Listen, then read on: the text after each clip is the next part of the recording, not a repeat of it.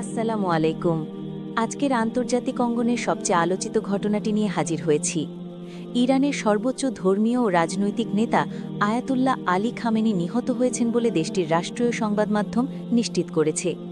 এই খবর প্রকাশের পর মধ্যপ্রাচ্য জুড়ে তীব্র উত্তেজনা ছড়িয়ে পড়েছে এবং বিশ্ব রাজনীতিতে নতুন এক অধ্যায়ের সূচনা হয়েছে বলে বিশ্লেষকরা মনে করছেন।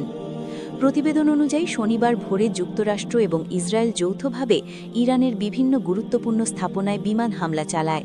রাজধানী তেহরানের একটি সুরক্ষিত এলাকাও লক্ষ্যবস্তুতে ছিল, যেখানে খামেনির অবস্থান থাকার কথা জানানো হয়।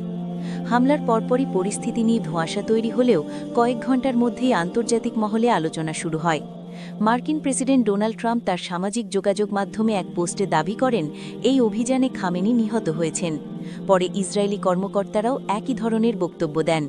যদিও শুরুতে ইরানের পক্ষ থেকে আনুষ্ঠানিকভাবে কিছু জানানো হয়নি, পরবর্তীতে দেশটির একাধিক রাষ্ট্রীয় মাধ্যম মৃত্যুর বিষয়টি নিশ্চিত করে। ইরানের সংবাদ সংস্থা তাসনিম, ফার্স নিউজ এজেন্সি এবং রাষ্ট্রীয় সম্প্রচার মাধ্যম আইআরআইবি জানায় যে হামলায় আয়াতুল্লাহ খামেনি নিহত হয়েছেন। দেশটিতে ৪০ দিনের রাষ্ট্রীয় শোক ঘোষণা করা হয়েছে এবং কয়েকদিনের সরকারি ছুটিও দেওয়া হয়েছে। এদিকে বিভিন্ন সূত্র দাবি করছে হামলায় খামেনির পরিবারের কয়েকজন সদস্যও প্রাণ হারিয়েছেন, তবে এই তথ্য স্বাধীনভাবে যাচাই করা সম্ভব হয়নি। ইরানের নিরাপত্তা পরিস্থিতি এখনও অস্থির, বিশেষ করে ইসলামিক রেভলিউশনারি গার্ড কর্পসের ভেতরে চাপ ও অনিশ্চয়তার খবর পাওয়া যাচ্ছে বলে আন্তর্জাতিক গণমাধ্যমে উল্লেখ করা হয়েছে। যুক্তরাষ্ট্র বলছে এই সামরিক পদক্ষেপ মধ্যপ্রাচ্যে দীর্ঘমেয়াদী স্থিতিশীলতা প্রতিষ্ঠার লক্ষ্যে নেওয়া হয়েছে। অন্যদিকে ইরানের পক্ষ থেকে কঠোর প্রতিক্রিয়ার ইঙ্গিত দেওয়া হয়েছে। আঞ্চলিক শক্তিগুলো পরিস্থিতি নিবিড়ভাবে পর্যবেক্ষণ করছে। বিশ্লেষকরা মনে করছেন এর প্রভাব শুধু ইরানেই সীমাবদ্ধ থাকবে না, বরং পুরো মধ্যপ্রাচ্যের ক্ষমতার ভারসাম্যে বড় পরিবর্তন আনতে পারে। ইরানের ভেতরে সাধারণ মানুষের মধ্যে মিশ্র প্রতিক্রিয়া দেখা যাচ্ছে।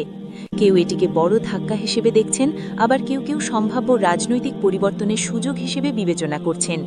তবে সামগ্রিকভাবে দেশটিতে নিরাপত্তা জোরদার করা হয়েছে এবং সীমান্ত এলাকায় সতর্কতা বৃদ্ধি করা হয়েছে।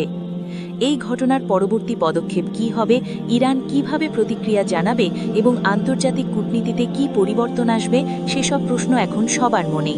বিশ্ব রাজনীতির নতুন এক অনিশ্চিত সময় প্রবেশ করেছে বলে অনেকেই মন্তব্য করছেন। পরিস্থিতির সর্বশেষ আপডেট জানতে আমাদের সঙ্গে থাকুন। ধন্যবাদ।